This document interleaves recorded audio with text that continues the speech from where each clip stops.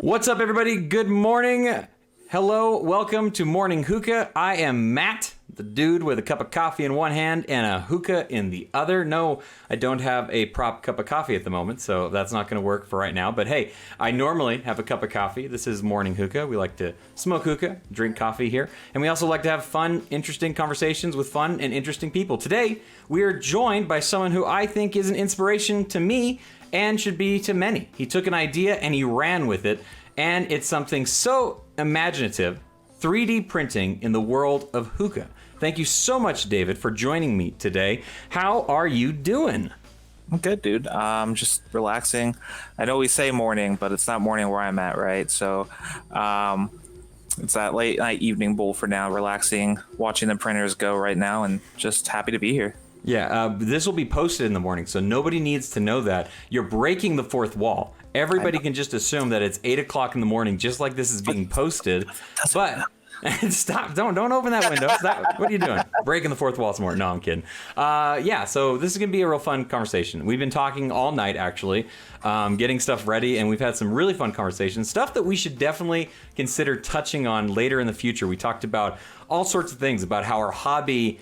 It's such a give and take thing. It's been a really enlightening conversation, something that I don't know if enough of us hookah smokers do often enough. You know, very introspective. I think that can be very important for a lot of different reasons. But let's go ahead and move on with what today's episode is actually going to be focused about, which is you and your amazing products that you have. But before we get into that, let's do a brief introduction of yourself and let us know what it is that you have and what it is that got you into this very particular hobby that we have. So if you don't mind, tell us a little bit about yourself. So I'm David. I am co-owner, founder of Spire Hookah. I do have a business partner, but he remains pretty silent. And we do 3D printing for hookah accessories, hookahs in general, like the one right next to me. And we have been spending the last probably about 3 years now working on 3D printing and integrating it into smoking hookah products predominantly. And, you know, we got our start with this really interesting idea. We wanted to make a pipe, right? We're talking like 3-4 years ago, probably 4 years ago now, maybe even 5. And my business partner and I were roommates. His name's Kurt. I'll just say it's Kurt, right? Everyone who knows Kurt, right? And we knew the industry. We got involved in the groups, me more so than him, and like all these ideas of different crazy things we wanted to do. And this was before like the Russian takeover, right? Like before all these crazy pipes come out where you're seeing stuff like vertical purges and everything. And we had all these different modular designs, ways to integrate sleeves, which is pretty common now, stuff like that. And we were like, all right, well, if we're going to do it, we're going to do it. And at the time we were also looking at buying a lounge. And that fell through, but we're like, all right, well, we can still do the hookah, right? Like, we can still try. And we had this awesome design for removable wooden sleeves just before the leg smoke got announced, actually. And we had a heart design. We had a general premise, nothing done into CAD files or anything like that, so we could move to the next step. And we got up one day and we're like, all right, well, let's move on to the next step. We got the CAD files together. We did a ton of crazy stuff like that. And we got our quote. And our quote was just for a one-off pipe. It was like $1,000 at least, right? Because you have to do tooling, machining, all of that. They're like, well, we're college kids. We have disposable income, but we don't know if we want to commit that much to it. And then the topic went null for a couple of years, right? I got to go to the first expo. I got to spend a little more time, get hands-on with a little more people who in the industry I look at like as my inspirational leaders, like George Johnson, with what he does and his regals and all the other things that he has his little hands, you know, involved in, whether it be the chamber or anything like that. He's a very idealistically a person to me in the industry that you should kind of, you know, essentially mimic. You know, the actions that he chooses to follow through, the way that he treats people, everything like that. And I was really grateful when the conversation came up, like, well, we were talking about a pipe, so let's do it again. And we hit the same wall, right? We're like, all right, well, it's $1,000 for a one-off. And there's 2 of us too, so that didn't help, right? So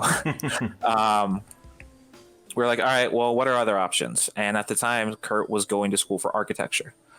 And he had access to a printer in his school, and we basically like, all right, well, we still have the heart design, or we redid the heart design, right? We changed everything to our aesthetic of what we thought would print easily, what would do well, different aspects of printing that, you know, are easier to accomplish for something simple rather than more difficult. And we did 3 prototypes to start. We did, and they were actually made out of a plastic I know you're familiar with, PLA. And PLA is really cool, but I don't like to use it. And it's much farther down why.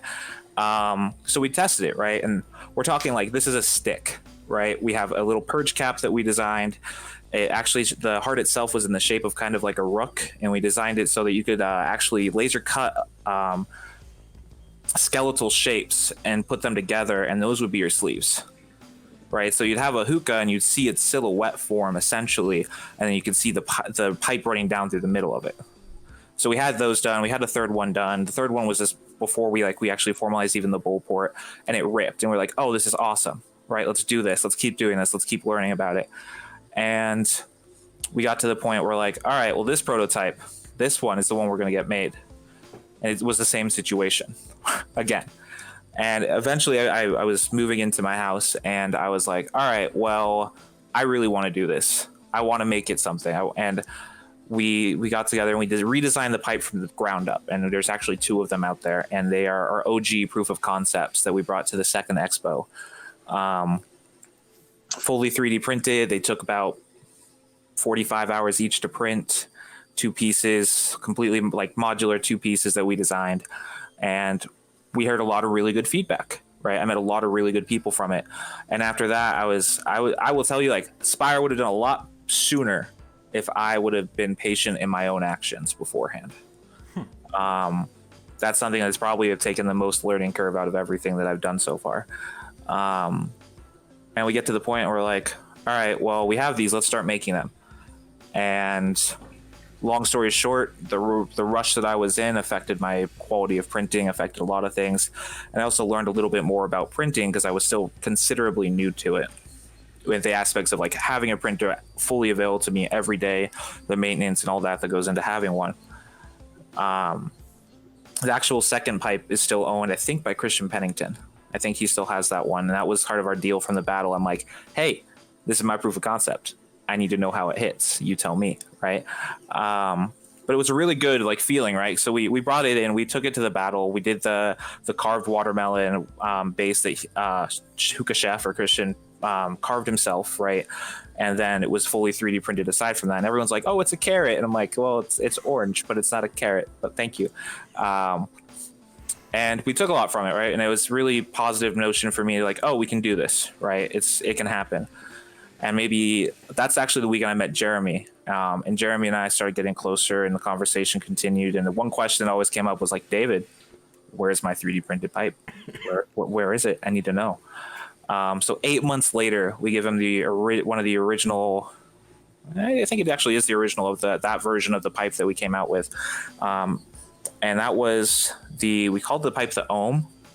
More so the sleeve was named the Ohm. The pipe itself never was really named. And we made 10 of them, right? All different sleeves, probably 6 different sleeves, different customization and colors. And again, it was a learning curve, right? Different aspects to it. Boiling it down, right? We're now 8 months.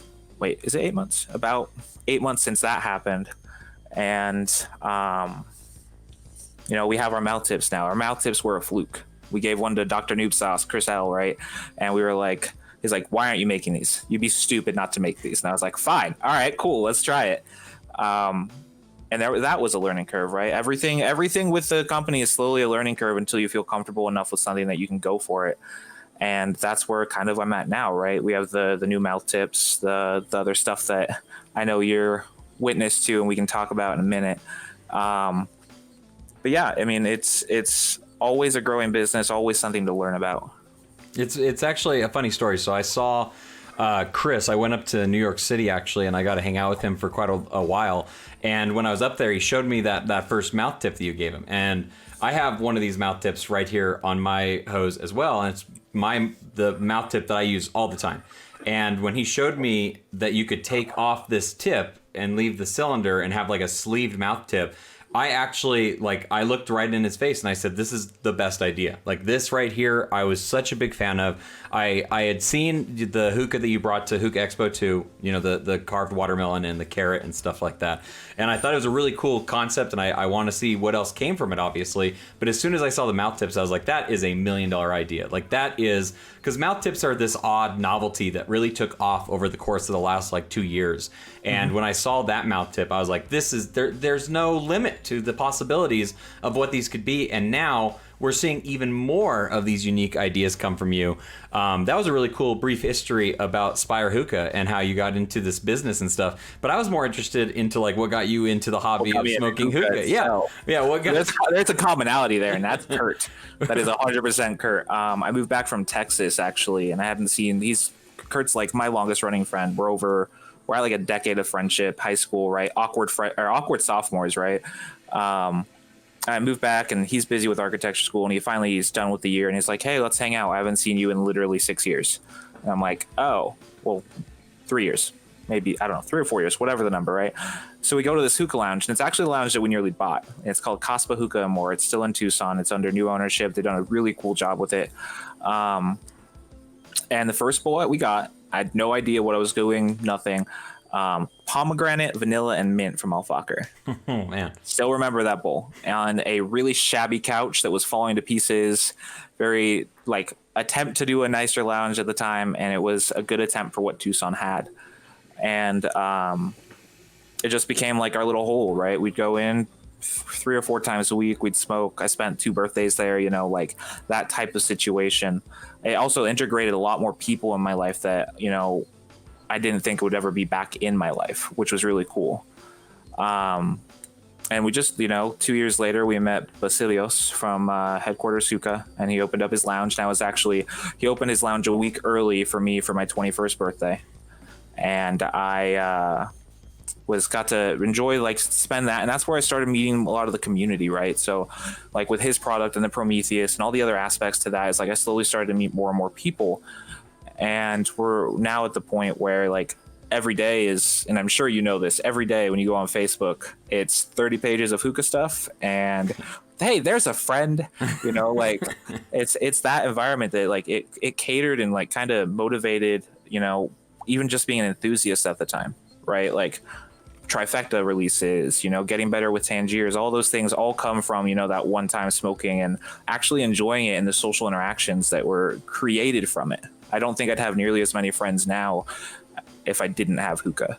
Yeah, it's crazy. The amount of friends that I've met through hookah and the people that I consider to be my friends. Like, it's a crazy different world, because the friends that you make on the internet are just such a different environment of friendship in comparison to the friends that you've had your whole life. It's bizarre the way that works. Like Cameron, I was talking to him when I was down there in California, actually. I said, Cameron, this is crazy, but you are the person that I have spent the most time with in this hookah world. Like, I spent time with him at the first expo that I went to, which was Expo 2. Then I spent time with him at Expo 3. I spent time with him in New York, and then I spent time with him on this California trip as well. Like, it's crazy. I've had 4 separate interactions with him where I've spent a lot of time hanging out with him and talking about all sorts of things, you know, like the crazy thing about hookah, especially friendship and stuff, is you start by talking about hookah stuff, but then eventually you migrate into, like, real life and you talk about actual things. And it's just kind of crazy how those two worlds start to meld together.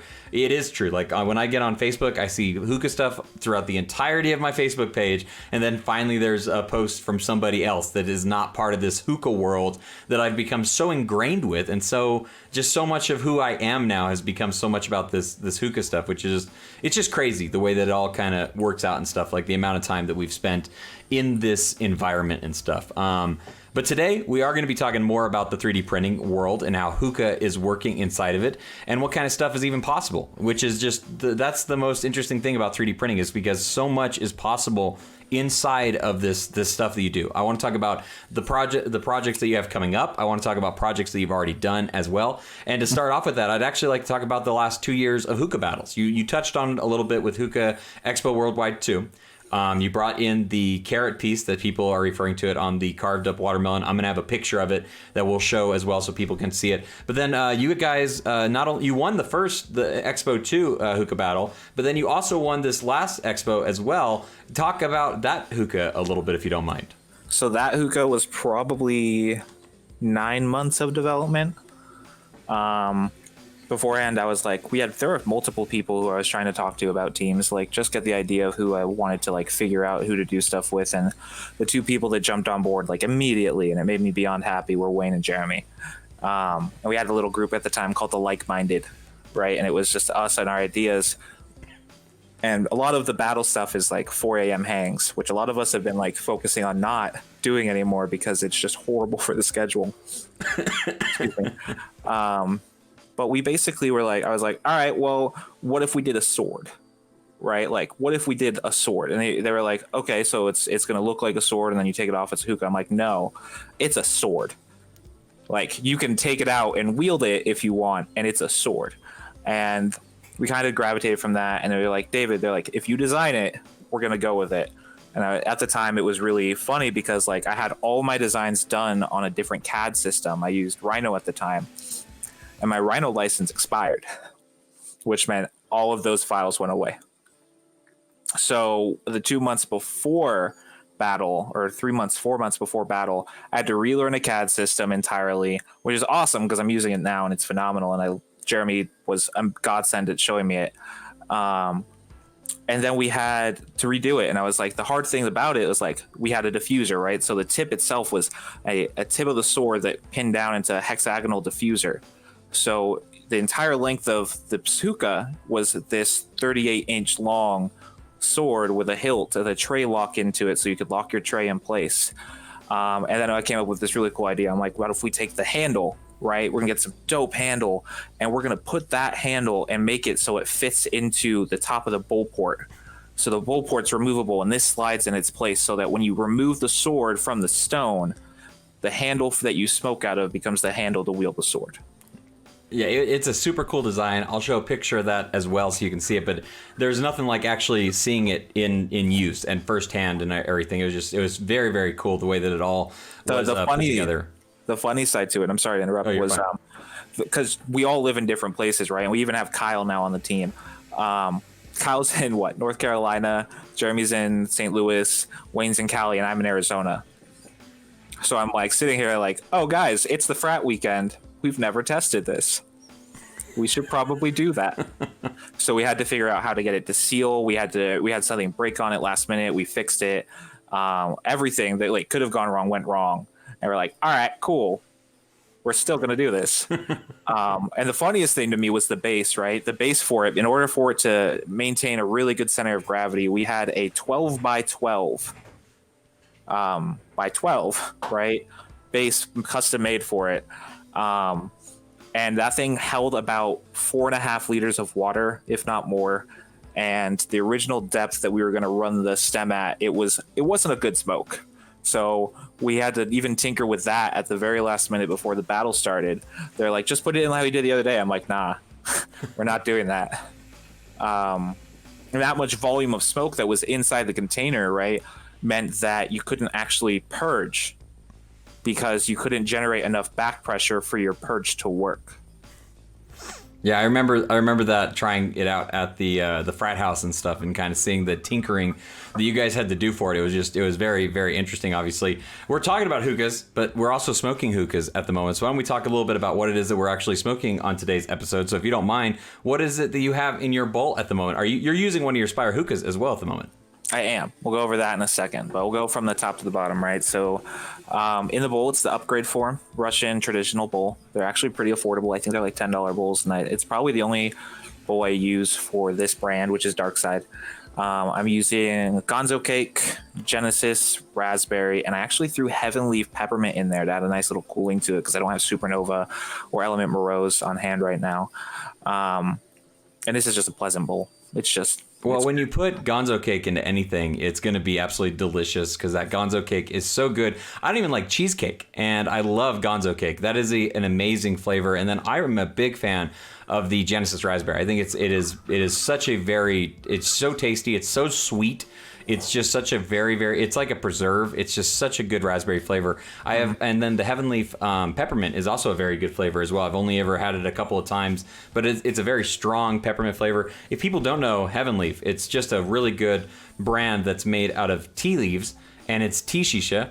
And it's very, very good. I'm actually going to be doing some stuff on it because I think more people need to know about it. I use it purely as mixing in with tobaccos. I think that it's a flavor enhancer. It's a tobacco additive, in my opinion. Like, you can mix it with just about anything, and it just adds whatever it is, the flavor you're looking for. Their flavors are very natural. They're very strong. They last for a long time. They mix very well. They're just a very good overall brand of tobacco alternative. The tea shisha that they use in it is just it works so well with so many different things. I'm a big fan of it. So I've tried to get a little bit of information out about certain things coming up in the future, but I know that I can only get so much information out of you. So let's talk about some of the other fun stuff that you have coming up, and including the things that you're doing in mouth tips, because I think that stuff is really interesting. I know you have some stuff there on your desk as well, if you don't mind showing them off a little bit. Just some really cool projects and ideas. It really shows the imagination that can come out and show the different stuff that you can do with 3D printing. So what are some of the stuff that you have coming up when it comes to mouth tips with 3D printing? So we can go over all of them. I'm not opposed to having those conversations with you. So I basically scrapped the old mouth tip idea, right? Not the idea of removable sleeves. I took that back a step, and I redesigned what the mouth tips would look like, more of their form. Like, there's only so much I can do with a cylinder, right? There's only so many design aesthetics, and that's kind of what I was hitting a wall with. I was like, I can't, this one looks too much like this one, like, all right. So one of the things in 2020 I was saying is like, I really want to do something different. How different, subjective, because there are other tips that look like my tips on the market, but they're not done in the same fashion. So I came up with the idea, we're calling them equip tips, because the idea for them is that every one of them, just like this one, and I don't know if I can take this one apart right now because my hands are slightly damp, so that's a bad sign, right? So we do the equip tips, and the equip tips are really cool because we can actually open up the form and function significantly more. This one being the Mandalorian helmet, and then we also can basically, I can take the premise off of this one. This one's not quite finished, but we do like the Pokeball tips, right? And the idea for the Pokeball tips and all these other ones is that you can remove the actual sleeve to it and interchange it with a different sleeve if you want to, right? It's there. And one of the funny things to it is we also do handles, right? Our handles they're there, but they're also, I understand, it's a handle, right? There are so many amazing options for handles. So we came and we have our handles, right? This is actually a prototype, so the sizing doesn't fit, but these equip tips actually fit onto your handle as a handle ornament as well. So say you want to move past, you don't want to use our mouth tip that day, but you really like the design on it and you want to show off that design. Or if you have a combo where your mouth tip matches your handle, well, any handle that fits the same diameter of the mouth tips, which is 1/2 inch, it should fit, and it should be, now you have an ornament for your handle. I love the name ornament. I think that is a very cool name for what it is that you guys are offering for this sort of stuff. I think that's a really cool, I don't know, that's just kind of a good name for it, I guess. Like, I never really thought about it, and obviously these are things that I've never needed to think about, but just the thought of like what to call it is just it's a perfect phrasing for what it is. And I think that's a really cool, that's really cool. I think that's very, very cool. So talk about your hookah a little bit, if you don't mind. So this is the one of two right now. There is another one out there, but that one's hush hush for the moment because it's something very special. You'll see about it soon. I don't know before or after this comes out. We'll see, you'll let me know. Mm-hmm. So this is called the Wisp, and this pipe is completely 3D printed aside from 3 basic components: the downstem, the purge balls, and actually the hose port. And the hose port, this is basically our current iteration, right, of what we want to do. And it's I hope I can do this right now. So the hose port's very different than your standard hose ports on these. Because of the ability of printing, this is just a piece of pipe, right? I actually have the heart itself has an O-ring adapter fit so that it's airtight. So for some reason you lost this, right? Oh, it's not a big deal. I can tell you the sizing of the piping. You can get it cut if you want. I can send you it, and it will work. And it's that actually 100% came from the situation that we dealt with hose ports are arguably the hardest part of designing and printing hookahs. Hardest by far. And I was like, no, we're scrapping this. We're doing this the easy way because the easy way works and it makes sense. And let's not make it more complicated than it needs to be. But this pipe is fully modular. There's actually a purge chamber inside of it. These pieces are threaded into place, and 3D printing threading is not easy, but it's also not difficult once you understand it. So when I take a hit, it purges out from underneath the tray. Now, this pipe was basically the idea of like my last generation of pipes that you saw at the frat house, and I think they're on my Instagram, is that we took the same aesthetic, redesigned the heart, redesigned the entire piece, but we also took the idea of what we want to do as a pipe in general, right? We really like the idea of being, I like to call it a platform pipe, right? You can have a sleeve designed if it fits the certain specifications that, the minimum specifications that we need to keep it procedurally the same. You can technically go anywhere with it, right? Of course, the limitations exist, but if you wanted to do different colors or anything like that, we can do them. The only thing is that we don't print pipes very often just because there is more of a time frame to it. The original yellow carrot, right, was about a 45-hour print. And that was the entire reason we moved away to modularity, is because modularity, I can now, instead of having something go wrong on hour 44 and losing 44 hours, I can now have something on hour 8, right, or hour 4. I have a little bit less risk involved when something happens. Huh. Okay, so that's interesting. That's pretty crazy how it all fits together and stuff. I didn't know what the original Spire Hookah was like. I didn't know how much of it was 3D printed and stuff. I didn't know if the internals of it were also 3D printed. I would have thought that the hardest thing to print would have been something like the heart. I didn't expect it to be something like the hose port. To me, that seems like it would be easy, so it's kind of crazy to hear about that. I guess the hose port is a part of the heart, so I guess it kind of goes hand in hand, like I was thinking a little bit. Are there some things that are not possible when it comes to 3D printing, or is it pretty limitless in the grand scale of things? So, I mean, there's like 7 different forms of printing that are more commonly available now. There's FDM printing, which is what we do, which is basically additive manufacturing. That's what 3D printing fits into. And basically you start with nothing and build up. Now, there's things inside, 3D printing called like overhangs, right? Where it's such a drastic angle that it won't print without support material, something to keep it so that you can do those. And that is one of the things we very much avoid. And it's not necessarily a bad thing. It's just support material affects the final finish. A lot of the times there's post-processing that has to be involved. And on like the interior of a pipe, right, areas that have the need for support material, I make compromises on where they need it and how it's printed and the orientation, all of that, to make sure I can avoid it. But predominantly everything up until the quip tips has been support free when printing. I'll show you a prototype that never made it. And this is a tall pipe. This was a prototype we came out with, or we were working on, called the Twist. And the Twist was also modular in design, and it was actually designed around the idea of a double helix. So we can hit these form factors and these shapes really easily, but it's also paying attention to stuff where negative angles have to be designed, right?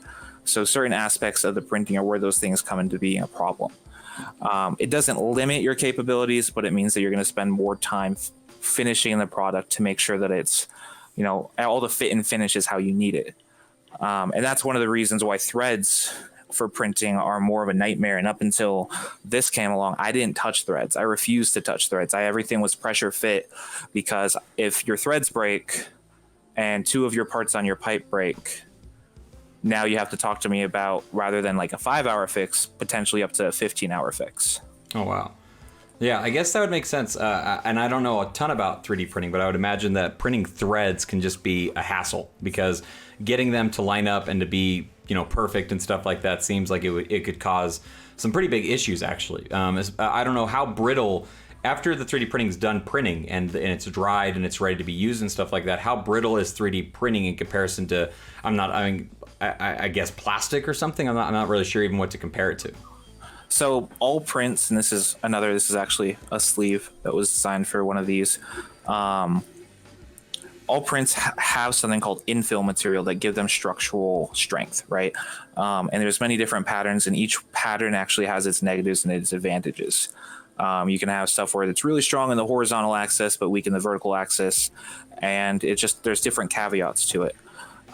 So there was actually a test done on the infill pattern that I used. Someone tested it. He ran over an exposed infill of a print with his truck, and it did not move. Now, I'm not saying that that's going to happen with anything that I release. I'm not going to promise that, but I can tell you it's strong enough when there's enough layer and thickness that, you're not going to really snap it with your hands unless you are wailing on it. And that's one of the things that is enjoyable. Stuff on like the tips, I do tell people there's like a fragile component because we actually print the lanyard clips in to the actual design. Mm-hmm. That's probably the weakest point on the mouth tips, right? Because it's so thin in comparison to the rest of the piece, right? Yeah, the tensile strength of that piece isn't going to be the same. Okay. Now, that doesn't ruin the mouth tip for you. If it snaps, you still have a mouth tip, right? You just have to find a different way to attach it. Yeah.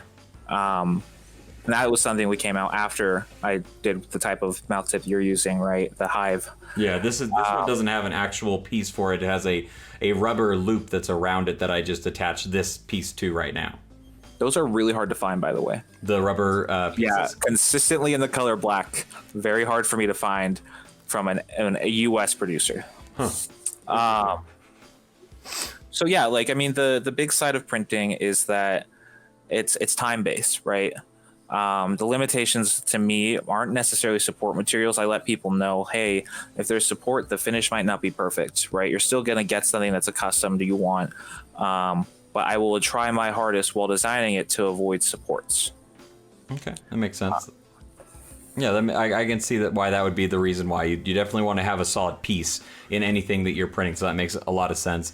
All right, well, that's cool. I'm happy to hear a little bit about that kind of stuff because I think that when you first hear about 3D printing, you think things like, I don't know, just crazy shapes, especially, right? Like you can make these like really cool geometry looking shapes that maybe you haven't seen before. And I've always thought that could be really cool. That's a lot of what like the carrot kind of looked like, very just like this crazy geometric shape and stuff like that, just really cool looking. So how can people reach you? Are you interested in doing custom work or are you more interested in doing batch work? Like, do you have kind of like a limit that you try to go for when it comes to people reaching out to you? Is there stuff that you try to aim for? So for things like customs, I'd rather someone reach out to me. I was going to list them, but there's the fear that everyone wants a custom and then I'm sitting there on a waiting list and now everyone's upset, right? Because I don't want to do that to someone. I will tell someone, hey, I'll get to you, right? I'll have you on the list rather than someone putting it in their cart, paying for it, and now they're waiting 5.5 months. I'm not going to say it's going to take 5.5 months, but you never know, right? Mm-hmm. But I mean, batches are nice. We actually do lounge tips as well, right? We have gotten my tips into Chill Factor over in Sierra Vista, and we did them at Elder. And we're probably going to bring back the idea of lounge tips with the equip tips, just so people feel like they have a little bit more of a custom tip for their lounge with a better, like we can actually go farther, right? But for the most part, customs are fine. You have to talk to me about it. And in some cases, like pipes, you have to convince me. Reason being, and Matt, you're privy to this, is that we actually are moving past printing for the pipes. One of the cool things that printing has allowed is that, we get to prototype our stuff as we design it. And this iteration of the Wisp, minus a couple individual pieces, is actually going to be the first manufactured fully metal pipe that we make. And that goes back to the idea of a platform pipe. We want to be able to talk to people about doing collaborations and different things so that you can pick up, the bare hardware for our pipe and be like, hey, we're going to make 10 of these, the Morning Hookah pipe. We're going to make 10 of these, the Resin Kings pipe. That's the goal, right? If it doesn't happen, we have contingencies for it and we'll still design our own sleeves for it if necessary. But that's like the big news that I don't know how many people were aware of it. I know people were questioning it for a while. And we actually were at the point probably 4 months ago to where we were getting the actual manufacturing specs taken care of and everything on the previous division of the pipe. And then I said, this pipe's ugly. Let's redesign it. And now we're with the Wisp. But those should be, the beta was fully funded.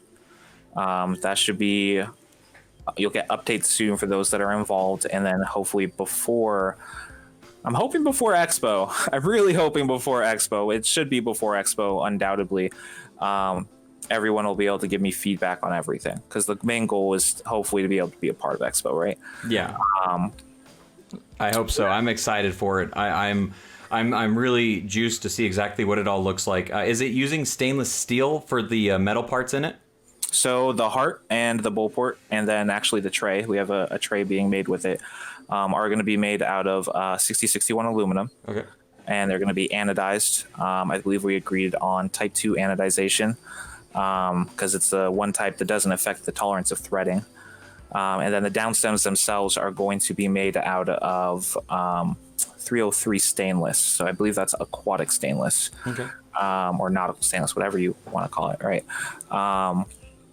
And we'll do a couple other things. Every pipe, the goal is to have it serialized, right? We're going to design, hopefully, I talked to one of my buddies who does website design about if it blows up, right? We're going to have a database of special editions and things like that listed. So if you ever are like secondary market and you're like, hey, I want to know a little bit about this pipe, right? You can look at the serial code on it and you can see what that pipe came with. That's cool. You know, if it came with a handle, came with the tray, everything like that, so that you as a secondary owner get the opportunity to know what's missing from the pipe.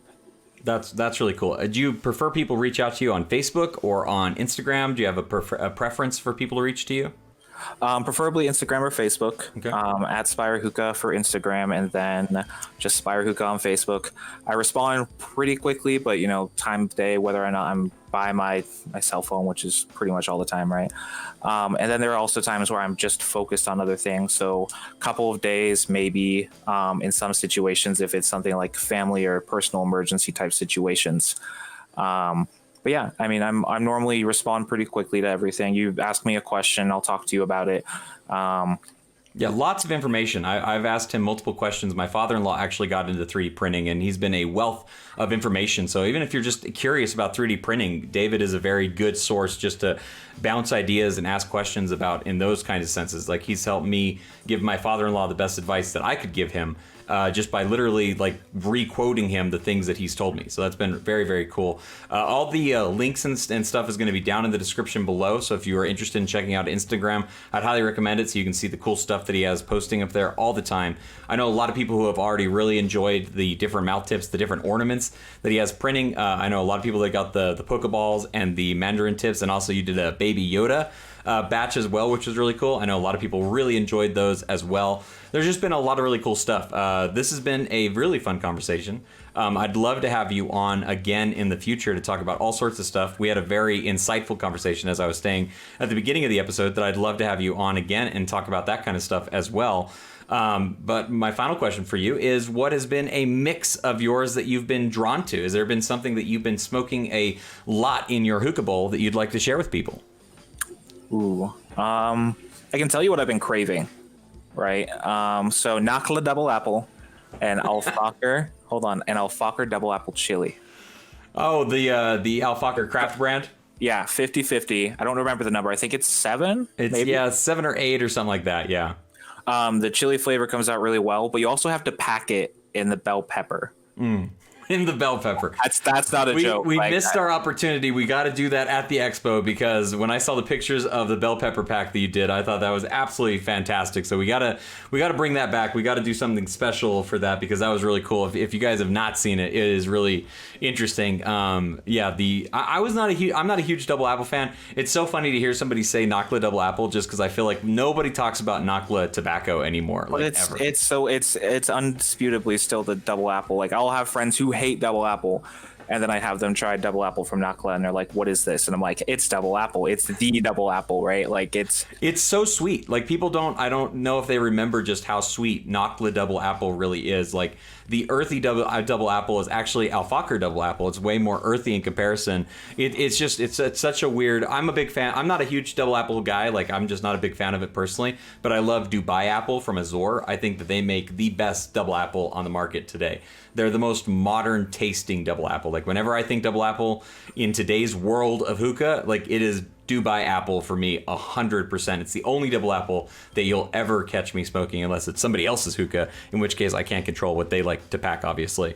Well, thank you guys so much for watching the show today. I really do appreciate it a ton. I appreciate David coming on and talking about his really cool 3D printing. Like I said, we got to have him come on again and talk even more about it, especially after the release of the 3D printed hookah, and we can find out all sorts of more information about that as well. You can find me at Morning Hookah over on Instagram. You can also find me all the time over at Hookah University, and that's where David is at all the time as well. So if you're looking to get in contact with David, Hookah University is a great place to go, not just to contact myself or David, but also just to be a part of a really, really cool community that they have building all the time over there as well. Yeah, that's about it. Where can people find you? Just on the Instagram at Spire Hookah, and then on Facebook as well? yes. Awesome. And then we do have the Etsy if you do choose to purchase. I'm not forcing you to. If you see something cool, let me know. I'm telling you right now, go over there, check out the Etsy. What's the website for the Etsy? Etsy/Spire Hookah. I'll have the Pretty link simple. down in the description below. That way people can just go directly to it, so don't worry. All right, well, thank you so much for joining. I appreciate it so humbly, you coming on the show and being a part of this so very much. Until next time, guys, no matter if it is morning, afternoon, or night, I hope you are enjoying what it is inside your bowl. Until next time, keep on smoking. Bye.